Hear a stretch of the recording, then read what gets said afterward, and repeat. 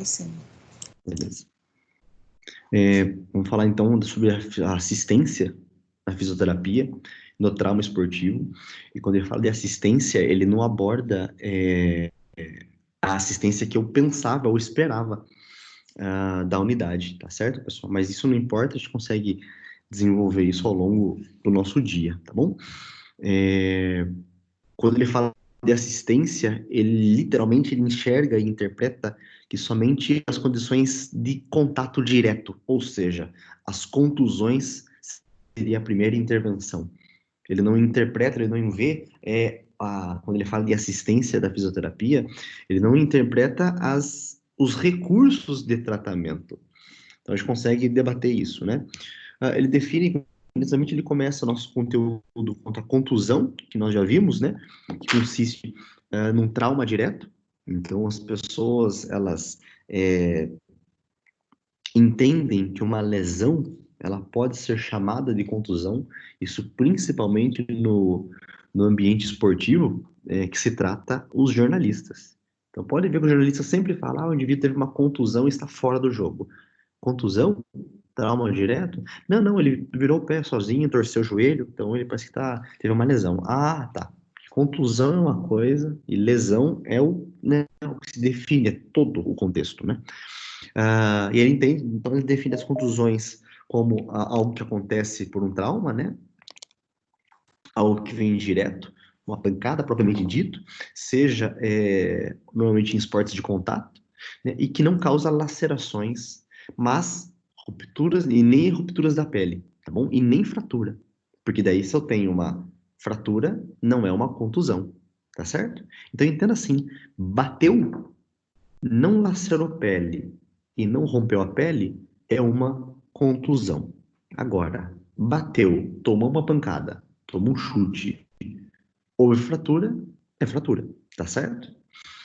Então, na verdade, ele especifica a contusão muito mais como uma lesão de um tecido mole, tá certo? Normalmente se dá por vias ou por tecidos musculares, predominantemente. Tá certo? E aí existem diversas terminologias que as pessoas comentam, né? Julgam, né? Que é a paulistinha. Tomei uma paulistinha, tomei um tostão. O tostão ele vem por causa do jogador tostão, que jogou na década de 70, 80, em que ele tinha esse costume de chegar perto do atleta e dar uma batidinha, o cara fica contundido e ele sai a correr. E o tratamento disso? Então, como a nossa livro didático não aborda, acho que é importante eu pontuar isso, né? Normalmente se utiliza gelo na contusão. Então, bateu, ficou roxo, é gelo. Mas, Léo, eu já ouvi falar que algumas pessoas utilizam e orientam, né, são orientados por médicos para colocar calor. Não, pessoal, vamos pela lógica da lesão do tecido, tá certo? Se eu tive uma lesão, naturalmente, pela batida, pela contusão, houve então um rompimento de fibras, de tecido. Consequentemente, vasos sanguíneos também foram rompidos. Consequentemente, houve extravasamento de plasma, extravasamento de líquido do interstício. Então é natural que a região fique edemaciada. O que você vê na imagem aqui ao lado é literalmente um hematoma. Ou seja, o sangue, ele se rompeu, o tecido se rompeu, rompeu vasos sanguíneos e, consequentemente, o sangue extravasou para o interstício. Por isso o aspecto roxeado. Segundo ponto, se eu ponho calor, eu favoreço que eu aumente a circulação local, concorda? Só que, se eu aumento a circulação local, eu aumento os travasamentos de sangue, consequentemente, eu aumento a vasodilatação e, consequentemente, eu aumento o edema presente. Então, perante uma lesão de um tecido mole, você tem que conter com gelo. E vamos deixar bem claro, o gelo, ele não diminui o edema, ele controla o edema, ele não deixa alastrar. Tá certo? Tudo bem? Mas, Léo, e o que então temos que fazer? Gelo. Simplesmente gelo. Não é hora de entrar com calor. Isso é um pensamento da área da saúde, vamos por assim, ah, ocidental, tá certo? Ocidental. Então, do nosso lado do nosso globo terrestre. Se você for para outras formas de intervenção, e aí estou falando de medicina tradicional chinesa, dentro que tem acupuntura e outros princípios, que são princípios orientais, eles pedem para você colocar o seguinte: na lesão, você tem que pôr calor. Mas são formas de abordagem diferentes. Tá certo? Tudo bem? Eu prefiro manter com gelo, porque eu sei e garanto os efeitos fisiológicos. E o que pode e o que vai acontecer. Agora, se eu apoio o calor, eu corro o risco de aumentar. Alguém já deve ter tido experiência ou conhecido alguém que, eu machuquei e tal, punho, caí, tive um trauma direto, né? Não teve fratura, mas machucou os ligamentos. A cápsula é uma contusão, né? Por queda, né? E aí o médico pediu para eu colocar calor. E nossa, toda vez que eu ponho calor, durante dá um alívio, mas depois pulsa o meu punho ou o tornozelo, porque não é o indicado. Eu aumento a vasodilatação. Eu trago o líquido para cá e na verdade eu quero fugir, né? Afastar esse edema. E uma vez que o líquido se instala devido a essa vasodilatação, eu comprimo as terminações nervosas, vai doer mais. Então, por isso que o mais indicado é gelo. É por gelo, tá bom? Tá certo, pessoal? Quando que eu ponho calor? Eu só ponho calor para um espasmo muscular, desde que não tenha processo inflamatório. No caso dessa contusão, tem processo inflamatório. Olha a hiperemia ao redor. Se percebe e está nítido que está edemaciado. Além dos comprimentos dos vasos sanguíneos. Se você palpar essa coxa de um lado e comparar com a outra, essa vai estar mais quente, que é o rubor. E se você palpar a musculatura, o cara fala, ó, dói, Léo. Então eu tenho mediadores químicos ali. Então, gelo para conter processo inflamatório. Tá certo? Não é calor. Beleza, pessoal? Formas de intervir tirando o gelo. Terapia manual. Mas, pessoal, tem que ser um pouco cauteloso com a terapia manual. Eu não posso tacar a mão em cima dessa região de hematoma, porque meu paciente não vai nem pular, ele vai quicar em cima da maca. Então, a terapia manual é para soltar a musculatura, a fim de aliviar sintomas. Mas, obviamente, que não é em cima da lesão que está instalada. Tudo bem? Não é em cima da lesão que está instalada. Eu não posso ir tacar um braço, fazer qualquer intervenção para soltar essa musculatura, porque ele vai doer. Então, eu prefiro atingir os músculos que não estão diretamente relacionados na lesão, para promover uma soltura, um relaxamento muscular. E não entenda relaxamento muscular como massagem, alisamento, que você sai relaxado, tá certo? Em fisioterapia esportiva, né, a massoterapia, ela tem uma função intervencionista, curativa, e não de relaxamento. Então, quando eu falo de soltura muscular, liberação muscular, nós estamos soltando, relaxando um grupo muscular. E não deixando o cara deitado, né? A pessoa, o atleta deitado, com uma roupa protegendo as regiões íntimas, com um pano, e alisar a pessoa, para que a pessoa durma na maca. Tá certo? Não confunda as abordagens de intervenção. Tá bom, pessoal? Dúvidas em relação à contusão? Não. Tranquilo. Beleza.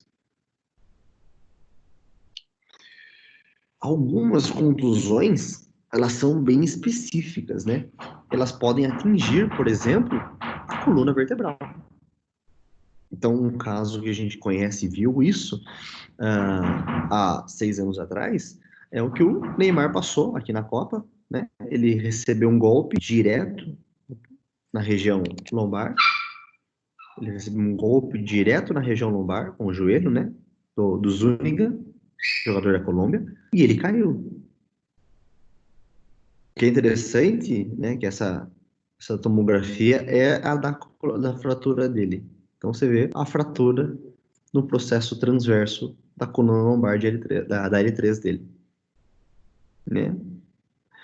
O trauma foi direto, no caso por um movimento brusco que gerou uma força direta na região do processo transverso e que acometeu não só tecidos moles, mas também osso. Então, o que difere uma contusão? É o local. Se eu tenho uma contusão no meio da minha coxa, frente, eu tenho a musculatura que está acima e que vai receber isso. Agora, se eu tenho uma contusão numa região em que eu tenho outros tecidos, obviamente que corre o risco de ter outros problemas, né? O que o Zúñiga fez foi um golpe direto que atingiu, né? Não que ele calculou isso, né? Mas que atingiu o processo transverso da L3 do Neymar. Mas se ele fosse, e se ele atingisse o processo espinhoso, será que este arco vertebral teria fraturado e toda essa estrutura óssea adentrado o canal medular e atingido a medula? Ou as raízes nervosas? Pode ser que sim. Então, olha como uma, uma condição, né, atípica na prática esportiva pode levar a riscos a um atleta. Tá certo? Então, traumas na coluna são um pouco, eu diria que contusões não, trauma na coluna, ela tem que ser uma condição um pouco mais delicada, porque não tem só músculo, tem ligamentos, tem vértebras, tem a medula, dependendo da altura, então não é brincadeira, tá certo? E claro que a assistência na físio perante um atendimento de beira-campo, né, na beira do campo, da quadra, ele tem que ser muito bem organizado para retirar adequadamente esse atleta do campo, da quadra, enfim, da onde ele estiver jogando, tá bom? Então, coluna vertebral, né, não é à toa que ela está no meio de tudo, né, de nós todos, né, envolto por tecidos, por vísceras, protegidos por um estojo ósseo, que é as vértebras. Então, tomar muito cuidado com o manuseio. Retirar um atleta de quadra de campo necessita treinamento. Por mais que ele está consciente, por mais que ele, não, eu tô bem, dá pra ir. Ele tem que ser retirado por maca, por uma via extremamente segura. Ele não pode somente tirar de qualquer jeito. Que a chance de ter uma lesão pior é gravíssima. É gravíssima. Então, o manuseio de um paciente, um indivíduo, é importante. Pelo menos para proteger a medula espinhal. Porque por mais que o indivíduo teve um trauma, você não vai conseguir identificar, diagnosticar algo na beira do campo ali, ó. O atleta se contorcendo de dor, chorando, um monte de atleta do outro time vendo ver o que aconteceu, ou no meio de tudo isso uma briga, vai saber, e você querer saber, será que teve fratura ou não? Retira ele com proteção. Isso é o mais importante. E retira ele com proteção de forma adequada. Tudo bem? Ah, Léo, mas eu fui chamado para participar de um jogo, me colocaram lá, me contrataram, me chamaram por um sábado e um domingo para eu ficar ali dando atendimento para eles. Show de bola. E se eu retirar eles, o atleta, de forma inadequada, vai saber, sem um cuidado, e ele se machucar mais? Beleza. Se você tirou o atleta de forma adequada, em todos os procedimentos, né? E não sozinho, né? Sozinho você não consegue tirar um atleta de campo. Entende-se que você protegeu a área da lesão. Show. Agora, se você removeu o atleta de maneira inadequada, estando você sozinho ou não, né? O atleta pode sofrer consequências. Segundo ponto, o atleta pode te processar. Porque você está ali como um profissional da saúde. E se você erra com uma intervenção da saúde, consequentemente, você paga pelo seu erro, entendeu? Ah, mas não, eu faço a física pro resto da vida. Isso nada vai devolver para ele. Nada vai devolver a condição para ele. Então, a remoção incorreta do atleta pode levar consequências não só para o atleta, mas dependendo, para você também, profissional do esporte. Tá certo, pessoal? Claro que além de traumas, né, condições muito comuns acontecem, como o desmaio. E aí é bem interessante, porque uma coisa é eu estar no meio do campo, jogando, de repente, eu passando mal, eu capoto, eu desmaio. E tem a outra condição. Se eu vou dividir uma bola, por exemplo, ou eu tô jogando handball, e aí o cara faz o arremesso, a bola vem no meio do meu peito. E eu, nossa, fico com falta de ar. Ai, nossa, que estranho, que pancada forte. De repente, buf, eu desmaio. É uma outra condição. Tá certo? Ah, mas é desmaio. A intervenção é a mesma? Não, não é a mesma. Não é a mesma.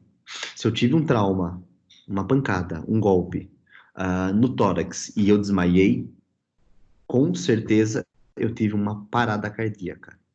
E a intervenção da parada cardíaca, neste caso, é diferente de um indivíduo que teve uma parada cardíaca por problemas diretamente relacionados ao sistema cardiovascular. Tudo bem? Para o indivíduo que desmaia, né? E isso é o bom de toda a organização de eventos, é que todo jogo oficial tem que ter uma ambulância. Se não tem ambulância, o jogo não começa. Isso é uma ordem, uma determinação de qualquer confederação esportiva. Tem que ter uma ambulância ali esperando. Tem que ter. Ô, Léo, Oi, desculpa interromper, mas imagina. a título de curiosidade, Hum. num daqueles jogos que eu fui trabalhar, tipo aqueles que eu te encontrei, só Ah, que uns em Americana, hum, eu tava cobrindo lá um jogo de basquete, e daí um jogador caiu lá, e ele falava que não conseguia sentir as pernas, que não conseguia levantar e hum, tal. E aí, como era o último jogo da noite, assim, já eram 8 horas da noite, a ambulância que a organização tinha contratado tinha ido embora. Daí a ambulância da cidade também demorou a chegar.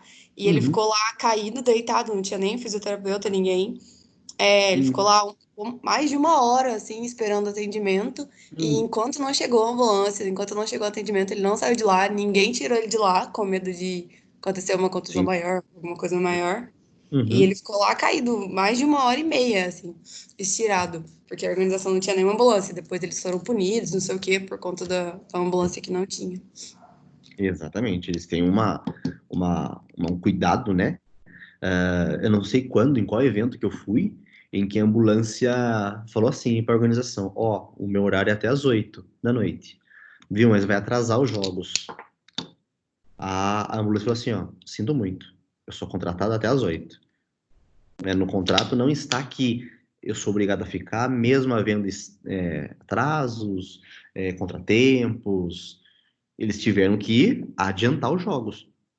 Então vamos lá, pessoal, vamos lá, não fique esperando não, vamos lá, vamos pro jogo para que mantenha a segurança, porque uma vez que não tem ambulância, o jogo não pode começar.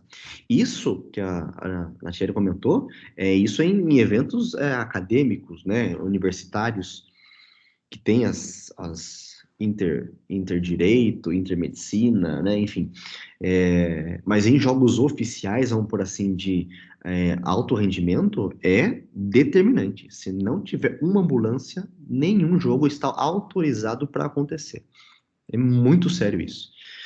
E uma vez que sai uma ambulância, né, o jogo, para que ele continue, tem que ter outra ali pronta. Se a ambulância sai e só tem uma, o jogo não pode começar enquanto aquela ambulância não voltar.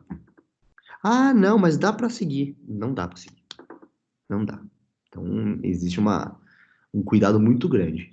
E quando você fala em desmaio, você tem que levar em consideração que a desmaio é simplesmente o indivíduo, né? Ele ter uma perda abrupta ou transitória de consciência. está relacionado totalmente ao sistema nervoso central. Beleza? Porque uma vez que tem uma perda de consciência, e aí se fala em sistema nervoso, você tem uma perda do tônus postural. E faz com que você capote, né? Caia. Claro que, dependendo da causa desse desmaio, a sua recuperação é extremamente rápida, né? Eu não sei se alguém de vocês, alguns de vocês, já passou por um desmaio. Eu nunca lembro de ter desmaiado na vida. E é literalmente desmaiar, né? Não é pela força da expressão que eu desmaiei depois de um show. Alguém já passou por um desmaio aqui? Já. Já? Você lembra o que aconteceu, Karina? Vocês lembram aí quem falou aí? Eu desmaiei sentada, né? Quando eu fui ver, tinha um monte de gente em cima de mim. Minha pressão abaixou de uma vez. Professor, E aí entra. Oi, pra falar. eu desmaiei no Rubem de Faria. Hã? Baixou a pressão no Rubem de Faria. Na Rubens de Faria? Tá estudando no ensino médio, daí pra subir a pressão, quase desmaiei no intervalo. Quase desmaiou.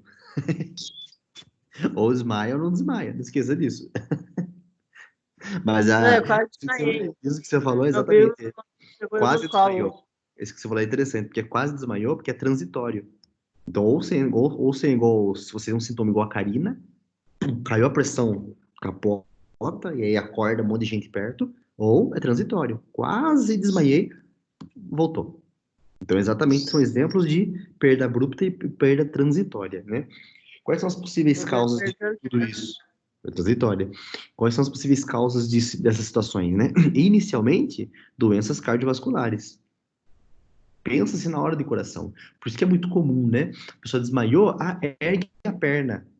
Se a causa foi algo cardiovascular, né, porque o coração não conseguiu ejetar o sangue que vai para o cérebro, é justo e correto que você erga os membros inferiores.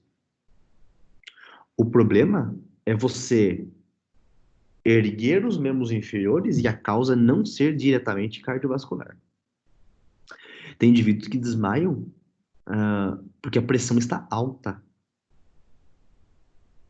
E imagina, eu elevo essa perna devido a uma hipertensão arterial, e eu elevo e favoreço o retorno venoso.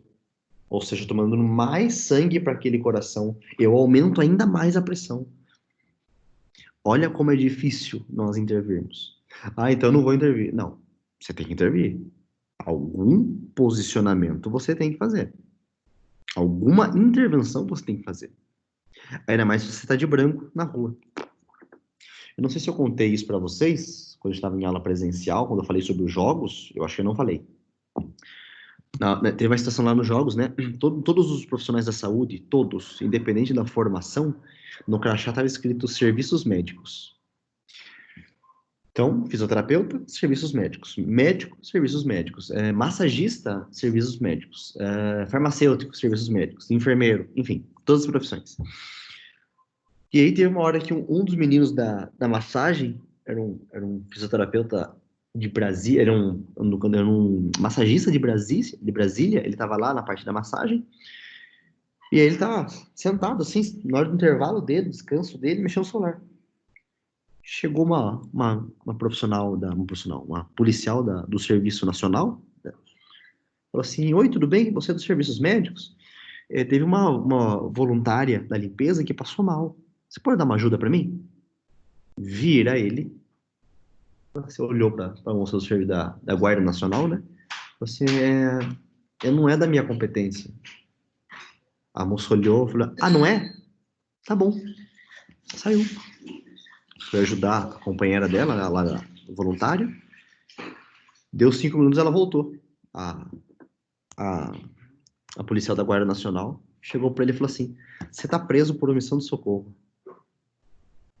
Olha o tamanho da bronca. No meio dos Jogos Olímpicos, um voluntário estar numa situação de ser preso. E aí toda a pessoa da gestão, né, da fisioterapia, que estava responsável pela massoterapia, teve que ir para uma audiência de um plantão lá, de um juiz de plantão, E ela falava, ele tem, se ele está aqui nos Jogos Olímpicos, ele é dos serviços médicos, ele tem a obrigação de saber primeiros socorros. Que ele fosse somente para chegar a olhar, eu vou chamar alguém para me ajudar. Que fosse só para isso. Que fosse somente para isso. Mas falar que ele não sabe, isso daí é omissão de socorro. Uma vez eu estava em Sorocaba, indo ali no General Carneiro, indo no Banco Itaú, perto da Praça 9 de Julho, e aí tem uma rua que sobe, né, que cruza a General Carneiro, ela entra à direita e já vai vir uma curva para ir para Bumangal. Eu tava cruzando, os carros estavam meio parados, veio uma bike que desceu, o cara emendou, derrubou o cara da bike. Eu tava de branco. Eu tive que ficar segurando a cabeça dele. Tô segurando aqui, não se mexe. Eu tô com dor, não se mexe. Não se mexe, não se mexe, não se mexe, que eu consigo te ajudar aqui e te mandei aqui, beleza? E comecei a conversar com ele. E aí tinha outro pessoal, não se mexe, liga pro SAMU, abre aí, afastando a galera. É obrigação nossa. Eu não tinha que fazer seu super-herói, não, eu sou fisioterapeuta, não tem que fazer isso. Seja num desmaio, ou seja em alguma situação mais grave, tá certo? Então, a principal causa de desmaio são cardiovasculares. Mas eu posso ter problemas medicamentosos. Tem pessoas que tomam remédio e desmaiam. Tem pessoas que podem ter uma hipotensão postural. Então, eu estou abaixado, eu estou em pé, na verdade, vamos supondo, e aí eu preciso pegar uma caneta aqui embaixo e voltar. Eu posso ter um súbito, né, uma queda abrupta de pressão arterial e desmaiar. Oi, bom dia. Eu mato pra você. Pronto. Então, eu posso ter uma hipotensão postural. Isso é muito comum em idosos. O idoso não tem essa habilidade. Peraí, filho, tô trabalhando. Pronto. Beleza. Talvez tenha uma Peppa Pig ao fundo. Idoso tem muito essa questão de hipotensão postural. Ele está sentado, ele levanta, a pressão não consegue acompanhar, né? A norma, a pressão não consegue acompanhar essa mudança de postura, ele, deu a tontura, e ele quase cai. Né? Cansaço leva a desmaio. Então, atletas que fazem uma atividade física e por alguma questão externa, né, temperatura, por exemplo, eles se cansam tanto que desmaia. É até interessante que tem algumas provas que você olha no YouTube, assim, né, atleta, esgotamento, joga assim no YouTube alguns vídeos, você vê o cara chegando na prova, capengando, mas você vê que a equipe tá ali, esperando. E em partes a equipe não pode parar. Acabou. Então a equipe não pode parar, não pode tomar a frente, ele tem que esperar. Se o cara cair, ou ele fala, me ajuda, aí sim. Tem um vídeo bem interessante de uma maratona, se não me engano, eu não lembro de qual Olimpíada, eu sei que é antiga, porque você percebe pelo vídeo. O cara, ele parece um bêbado andando, vem capengando, e vem. E a equipe, tem duas pessoas da equipe da saúde esperando, e só acompanhando ele, andando devagar, mas acompanhando. A hora que ele cruza, ele desmonta. Aí o pessoal dá o suporte para ele. Para que todo, mas não, né, teoricamente o profissional ele não pode parar, né? Não, para aqui agora. Ele tem que ser disso, né? Emoção causa nervosismo, né? Quem de nós aqui já não ganhou na loteria, não desmaiou porque ganhou milhões? A gente sabe o que é isso, né? Estamos cansados de ver isso semanalmente, né? Então, emoção causa desmaio, né? E dependendo do grau de emoção, eu diria, né? Mata. Porque a pessoa fala assim, parabéns, viu, te avisar você ganhou na loteria 300 milhões de reais. O susto causa uma vasoconstrição nas artérias coronárias que impede que o sangue arterial nutra esse coração. Você infarta, literalmente. Então, e a pessoa desmaia. Nossa, desmaiou de emoção. Quando vai ver, não é de emoção não, viu? Isso, cuidado em dar informação para algumas pessoas sobre alguns assuntos. Tá certo? Nervosismo causa desmaio. Tem pessoas que se ficam muito nervosas, sofrem desmaio. Então, acontece isso, né? Deixa eu ver. Eu tinha uma aluna, uma ex-aluna que se formou, em que em época de prova prática, ela desmaiava. Desmaiava. Desmaiava, literalmente. Não é exagero. Ela caía. Então, pelo nervosismo, né? E como nós já vimos, traumas também causam desmaio.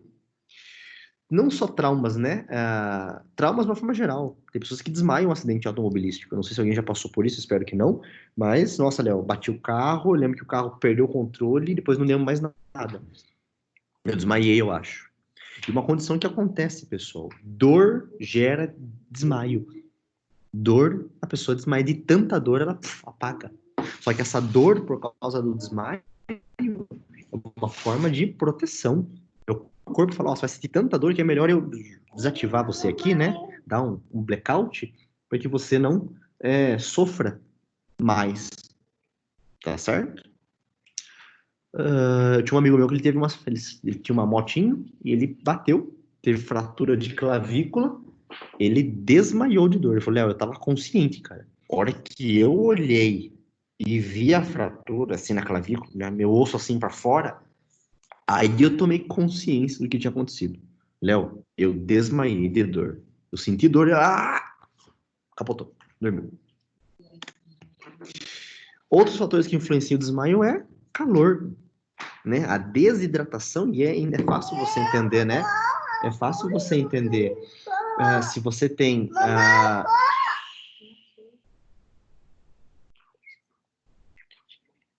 É fácil você entender, porque se eu estou num ambiente extremamente quente, num calor exaustivo, eu vou perder água. E perder água faz com que meu sangue se torne mais espesso, mais, né, menos fluido. Então é tão grosso que o sangue ele não consegue, né, entrar nas arteríolas cerebrais e levar oxigênio. Então isso justifica um desmaio. Tanto que a Copa do Mundo de 2022 no Catar, lá nos Emirados Árabes, alguém tem ideia quando que vai ser? Porque normalmente a Copa é em julho, né? Junho e julho, normalmente. Em todos esses anos, né? Desde da primeira, que foi na década de 30, ela acontece em junho e julho. Sempre vai ser nesse calendário. A de 2022, sabe quando vai ser? Alguém chuta? Eu não tenho a mínima ideia. Em novembro. Por quê? Porque se for em junho e julho, o calor lá é 43 graus, 44 graus. Então, em novembro, é um pouquinho mais frio. Então, a Copa do Mundo em 2022 vai ser em novembro. De outubro para novembro. Então, vai vendo. 2022, nós temos aí ano de eleição, que começa em outubro. Copa do Mundo em outubro. Então, né? Se o pessoal fala que ano de eleição com Copa, o pessoal pouco trabalha, né? Pela disponibilidade, né? Porque os jogos param para assistir o Brasil, enfim. Em 2022, as férias começam de outubro e vai até fevereiro, né? Basicamente, né? Bora dizer. Tá certo? Não só em lugares, né, de extremo calor, né? Vamos trazer para nossa realidade, né? No Brasil, no calor, né? Quando você tem o Campeonato Brasileiro em janeiro, o Paulista, ou os estaduais, ou os estaduais ou o brasileiro, no primeiro trimestre, alguns jogos são feitos às 11 da manhã. E aí o que eles fazem? Eles fazem uma parada técnica. Então, após certo tempo de jogo, no primeiro tempo, se hidrata. É obrigado essa parada técnica para a hidratação dos atletas, para que não corram riscos de outros problemas, cãibras, desmaios, enfim, desidratação severa. Tá certo? E dentro do trauma, da assistência, uma das condições que se tem é a concussão. Né? A concussão, né, ela é um trauma crânioencefálico direta, só que é um trauma na cabeça, né? Eu não posso pensar que o indivíduo tomou uma bolada no tórax, ou tomou um golpe no tórax, teve uma concussão. Não. O trauma sempre vai ser no crânio, na cabeça. Então, um trauma crânioencefálico, seguido de uma perda transitória de consciência por alguns segundos, que também pode ser seguido de uma recuperação na maioria dos casos. A Jospit, que é uma revista de fisioterapia esportiva, né, um periódico de artigos, eles fizeram um guideline só da avaliação da fisioterapeuta após o tratamento de concussão.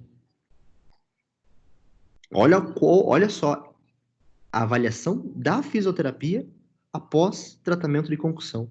Então ele mostra, né, possíveis exames, intervenções, o diagnóstico, para você falar, isso você pode voltar a jogar sua prática esportiva, né? Para quem nunca viu uma concussão, é bem simples. Se o indivíduo ele cai, toma uma bolada, e literalmente ele fica, nossa, fica meio zonzo, meio grog, é a melhor visualização para você entender o que é a concussão. Tudo bem? Então, golpes de esportes de luta, né? É muito comum isso. Vocês já perceberam que toda vez que um atleta cai de um boxe, ele toma um golpe, o cara cai. Começa a contagem. O que ele faz? O cara cai, ele espera, o atleta espera, aí tem uma hora que ele levanta, né? Ele para. A hora que ele levanta, o juiz vai lá conversar com ele, não é? Na verdade, não é que ele vai conversar, ele vai avaliar o atleta. Quando ele levanta, o juiz pergunta, né? O árbitro pergunta, você tá bem? Ele fala, eu tô bem. O juiz fala, vem pra cá, vem pra frente. O atleta tem que fazer o seguinte, dar um passo na direção do juiz. Se tomou um golpe, abriu a contagem, o cara tá ali, ele se recupera, respira fundo, ele tá em pé, pronto. O juiz fala, você tá pronto? Tô pronto, vem pra frente. Se ele vai meio que de lado assim, mas vai pra frente, tá interrompida a luta. Porque se ele não consegue nem ir pra frente num comando, imagina ficar em pé. Então, toda avaliação, toda vez que cai um atleta do boxe, acontece isso. Ele tem que levantar. Só que ele só levanta se ele tá realmente bem. Eu lembro quando eu tratava o Paulinho, na época antes da quarentena, ele falou pra mim, falou, cara, a hora que começa a contagem, né, você toma um golpe, Léo, você treme de nervosismo. Não pelo golpe, não porque machucou, mas do medo de você levantar, o juiz fala, tá pronto? Vem pra frente. Cara, você tem que dar um passo muito seguro para que você dá um passo meio que bambeando, ele interrompe a luta na hora, mesmo você estando consciente. Né? Para quem quer ver, teve algumas situações, né? Na Copa do Mundo da Rússia, foi a Copa que teve mais episódios de concussões. Por quê? O cara sobe para cabecear, vem o zagueiro, cabeceia cabeça com cabeça. O cara desmaia, cai, ou cai diretamente, parece um saco de arroz no chão, cai duro, ou ele cai meio que reclamando, com tontura, né, com problemas, né, relacionados ao labirinto, nossa, tô zonzo, tá rodando, ou ele esquece. Tudo bem, qual que é o seu nome? Ele olha, meu nome é Rosana. Cara, totalmente fora. Você tá onde, Rosana? Tô no banheiro. Ele vê que ele sai, né, da casinha, literalmente. Esse é um sintoma comum da concussão. Eu tenho um seguinte pensamento. A concussão, mesmo que transitória, né? Eu perdi a consciência, nossa, tá meio grog, mas tô bem. Ele tem que ser retirado. Porque se um atleta teve um entorse de tornozelo e na hora retiram para proteger o tornozelo dele, os ligamentos, por que não fazer isso com um indivíduo que teve um trauma na cabeça? Que é muito mais importante esse cérebro. Por que não fazer isso? Tá certo? Para quem quiser esse guideline, eu envio depois, tá bom? É bem legal. Sintomas de concussão. Vamos lá. Perda de memória recente. Incapacidade de manter um pensamento coerente. Vai vendo. Confusão. Dificuldade de concentração. Na Copa da 2000 da Rússia, se não me engano, teve um atleta do Uruguai. Ele tomou uma pancada, teve um cruzamento, ele entrou para cabecear, veio o jogador oposto, cabeceou a têmpora dele. Você olha para ele assim, ele tá parece um indivíduo totalmente que usou entorpecente. E tá? Olha pro nada, olha pro vazio, olha pro médico, sabe? Tipo, o que é você? É literalmente a confusão total. Dor de cabeça prolongada, isso é um pouco consistente. Incapacidade de movimentos guiados por objetos. Alteração da visão, dependendo do caso, ele tem uma concussão, ele até fica em pé, mas ele vomita depois. Fotofobia, sensibilidade à luz. E olha as condições: perda de olfato, perda de audição ou zumbido no ouvido. Pessoal, quando vocês lerem sobre concussão e estão vendo o slide, traz para uma realidade sua, tá bom? Se uma dona de casa tropeça e cai e bate a cara no chão, ela tem uma concussão também, tá bom? Ela tem uma concussão também, não é só no esporte, não, né? Eu tenho uma experiência muito pessoal em que a minha mãe tropeçou na rua e literalmente caiu de cara. Não é que ela protegeu assim e bateu a cabeça. Não. Ela deu de cara no chão. E ela ficou com dor de cabeça um bom tempo. E dificuldade de concentração. Ela teve, né? Ela teve, na época, teve dificuldade de ter um pensamento. Ela começava a falar e misturava assunto. E aí, ela, peraí. Onde que eu tava mesmo? Ela se perdia. Mas depois, tudo voltou ao normal. Mas foi uma situação que ela teve uma concussão. Só para você entender, é uma lesão cerebral? Não. Com o balanço da cabeça, né, e o contato ao solo ou a pancada, literalmente o cérebro bate na calota craniana e volta. É literalmente um zigue-zague dentro do cérebro. Claro que é um movimento além daquilo que, né, nós conseguimos proteger. Se a gente pega o pessoal que tá no rock lá, né, fica de rock and roll, ele não tem concussão, porque ainda o cérebro consegue não bater na calota craniana. Mas dependendo da pancada, a pancada é tão grande que leva a cabeça do indivíduo ao lado, o cérebro se projeta, bate internamente na calota craniana e volta na sua posição. E é o impacto na calota que gera esses sintomas. Condição atípica também da intervenção de resgate, né? Uma parada cardiorrespiratória, que isso não é novidade para vocês. Vocês tiveram para a crise, né? A parte de cardio. Então, literalmente, o coração para de bater e, consequentemente, o indivíduo para de respirar, tá certo? Durante a parada cardiorrespiratória é importante que tenhamos alguém que saiba conduzir a situação e que tome para si o papel do líder, pessoal. Não adianta nada, né? Ter 10 enfermeiros ou 10 médicos, sendo que cada um quer fazer tudo. Não adianta. Alguém tem que falar, deixa que eu faço. Claro que se eu começo a reanimação cardiopulmonar, tem uma hora que eu vou cansar. E aí eu vou delegar. Quem que vai assumir? Você? Vai, então. 1, 2, 3, assume. Ele começa. Então tem que ser muito bem organizado isso, né? Mas isso tudo você acaba aprendendo por meio de treinamento, né? Ninguém vai estar perante beira-campo numa situação de atender um indivíduo sem um treinamento adequado, né? Ninguém, em partes, faz uma prova sem estudar, né? É a mesma coisa. E aí aquele elo da vida, ele se mantém, né? Quanto ao papel do indivíduo. Então, o A, literalmente, acionamento de um sistema de emergência. Não adianta todo mundo ficar olhando e já começar a reanimação e não chamar a ambulância, tá bom? Tem que ter um acionamento do sistema de emergência. Reanimação cardiopulmonar precoce, com ênfase nas compressões torácicas. Necessariamente não é necessário fazer as reanimações, tá certo? Não é uma regra, tem que fazer as reanimações, né? Se possível, rápido e utilização do desfibrilador. Léo, eu nunca operei o desfibrilador. Hoje os desfibriladores, eles são automatizados. Você aperta um botão, ele explica. Coloque o adesivo na parte do peito. Coloque o adesivo conforme a imagem. Afaste-se. Ele fala tudo. Analisando o sinal do coração. O próprio desfibrilador faz isso. Choque indicado. Aí você vai lá, aperta o botão, ele faz o papel.